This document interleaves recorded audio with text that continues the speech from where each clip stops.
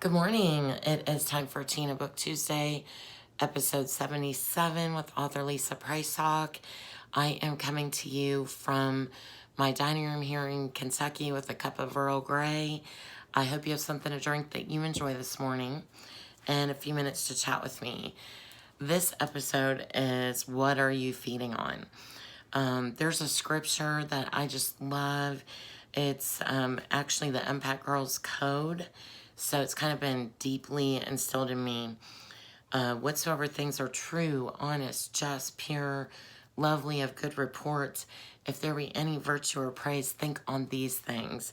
I know for many of you, this is probably also a favorite scripture. And there might be some of you out there that are wondering, um, how Christian writers do it. And I think this is really key and very central to my approach to writing. There's an old saying, what goes in comes out.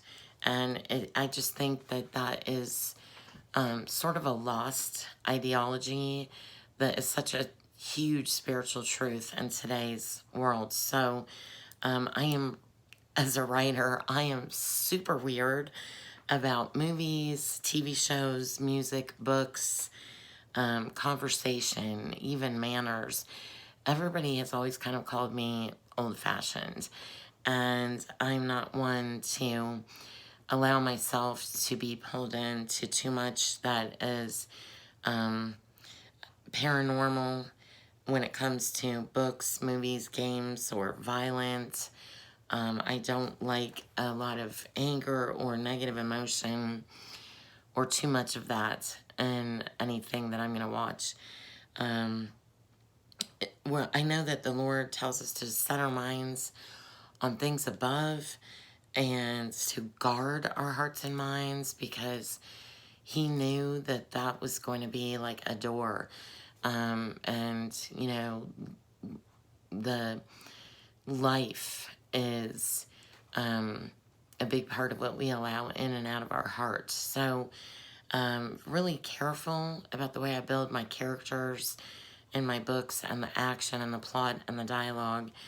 I do like to make my characters realistic with kind of an arc or a progression where where we can learn from them, but yet they do make mistakes so that we can see what's going on and how they came to the conclusions that they come to in the end of the book. So there's a purpose in the action and the dialogue and the storyline in my books where the characters are trending or on a path towards something that is positive in some way, that there's kind of a purity in it that the Lord helps me find and keep, even if the characters are flawed.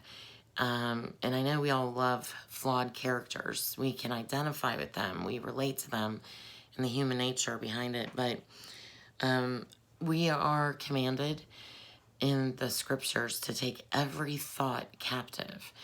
Are we building walls? Are we, allowing hateful thoughts into our minds and hearts? What are we feasting on? What are we feeding on? What are we telling ourselves? What are we believing about ourselves or someone else? I try, and I know many of you do too, try to think the best of other people and give them the benefit of the doubt. I try to be also wise, but it's just so important that we feed on really good things. So when you pick up a book that I've written, you can trust that in the end, it's all going to make sense. It's going to be something that you can learn from. And I'm going to do it in a way that is still guarding our hearts and minds. And I know there are authors out there that can write really dark stories, and I've had a couple myself.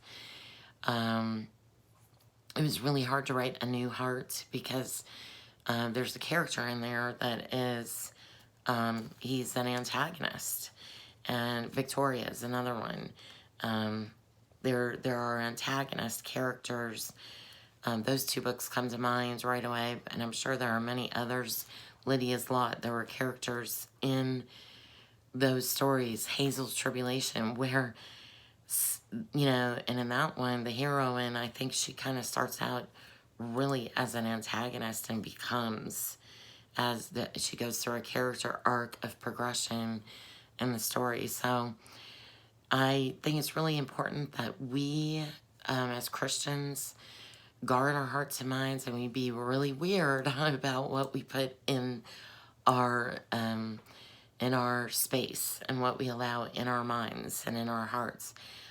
So I don't know about you, but I am really picky about all that stuff, and I'm very cautious, and I've tried to raise my children with that same mindset, and it hasn't always been easy. I'm sure I've lost some of those battles, but I hope for the most part I was able to do that with my kids, and I hope that you have too if you're a mom out there. But yeah, give me a shout out if it's important to you what you're feeding on. I'd love to hear your thoughts on this topic. It is super important for me to put good quality material in front of you that honors this precept, this concept, while at the same time putting in front of you realistic characters that you can enjoy and relate to and understand their path, that we can learn from them. So sometimes those make the most interesting stories as well, because our stories do need to be entertaining, but at the same time, we've really got to keep this, front and center with the purity, the cleanness, not having, sexual and violent and aggressive, extremely poor content in our books. So I hope you've enjoyed this episode of today's Tina Book Tuesday, episode 77. Give me a shout out if you got to see it, and let me know what you think about this. Thanks for tuning in.